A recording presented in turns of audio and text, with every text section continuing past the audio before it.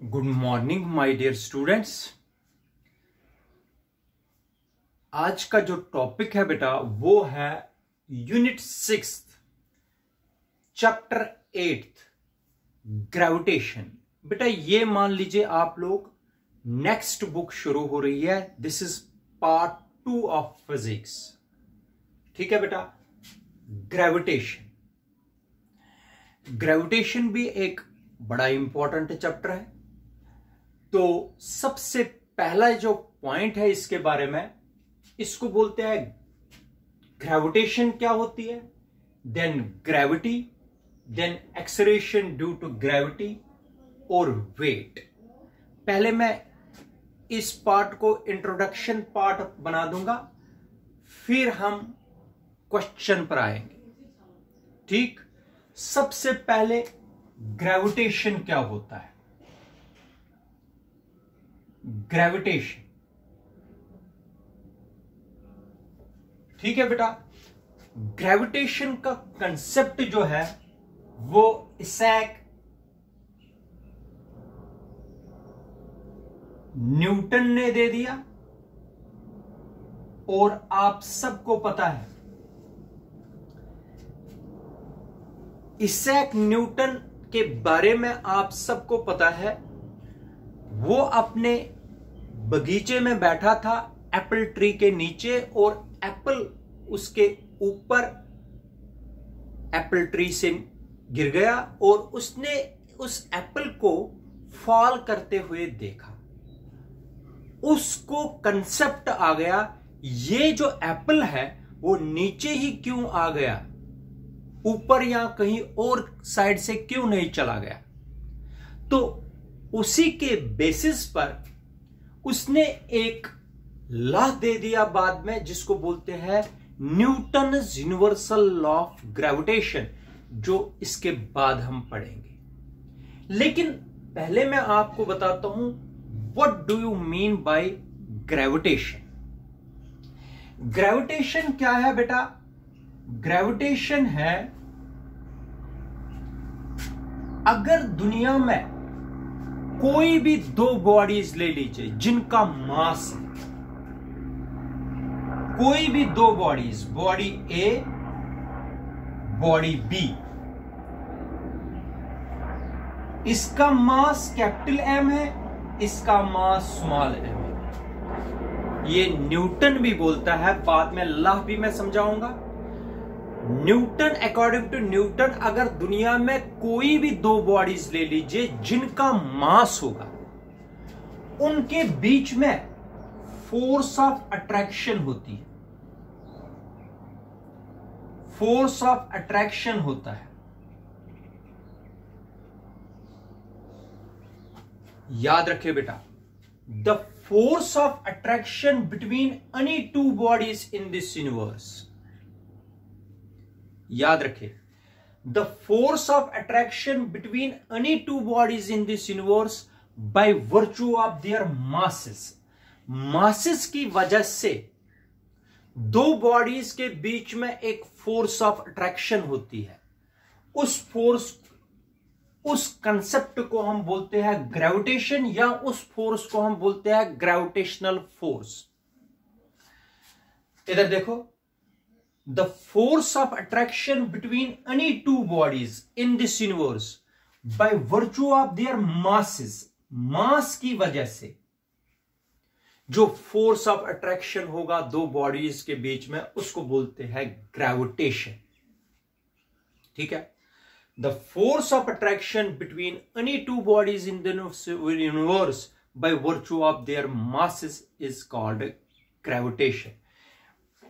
एक बॉडी सन हो सकती है, दूसरी बॉडी अर्थ हो सकती है। इनके अर्थ का, सन का भी मास है, अर्थ का भी मास है, तो इसको बोलते हैं बेटा ग्रेविटेशन। अब नेक्स्ट पार्ट है gravity. Gravity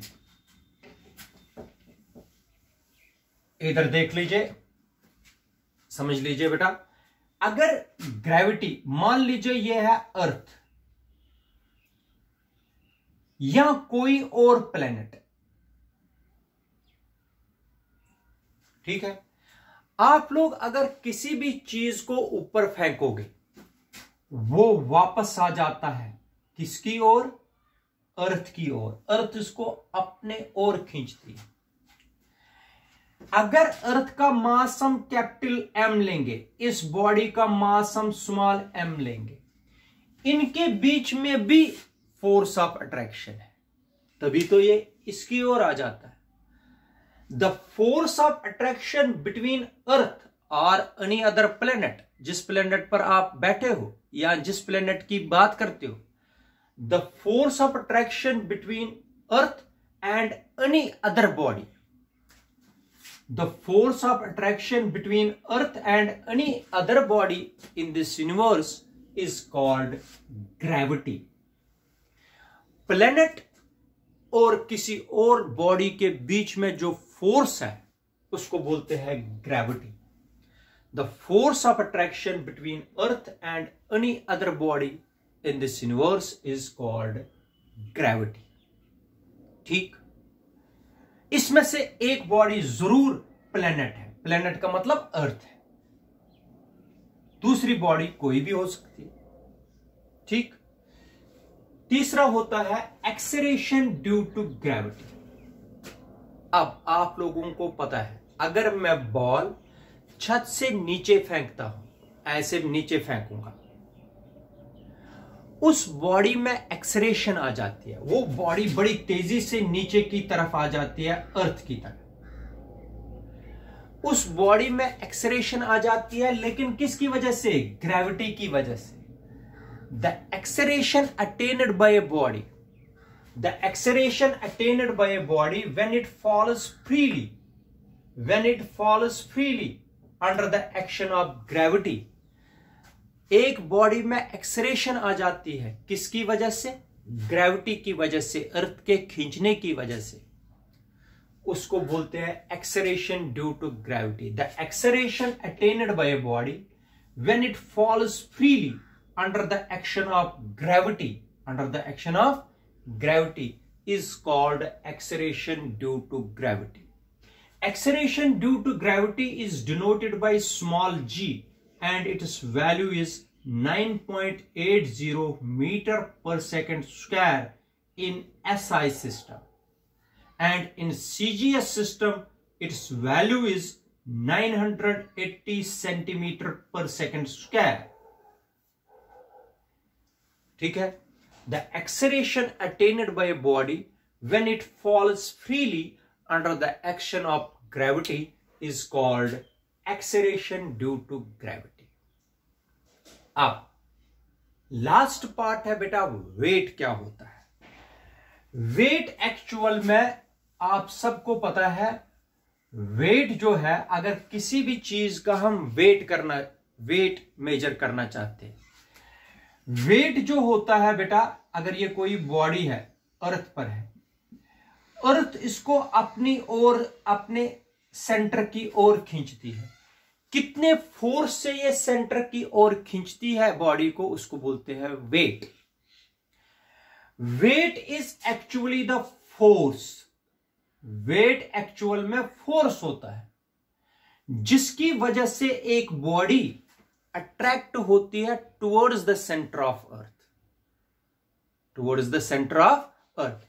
Weight is actually the force with which a body is attracted towards the center of earth। Weight actual में force है जिसकी वजह से एक बॉडी अट्रैक्ट होती है towards the center of earth, उसको बोलते हैं weight। and weight होता है mass multiply by acceleration due to gravity। mass को जब multiply करेंगे acceleration due to gravity से, उसको बोलते हैं वेट। वेट फोर्स है एक्चुअल में, इसका यूनिट है न्यूटन। याद रखा बेटा। ये कुछ टर्में थी जो आपको ग्रेविटेशन में आगे भी जरूरत पड़ेगी। ठीक है, थैंक यू।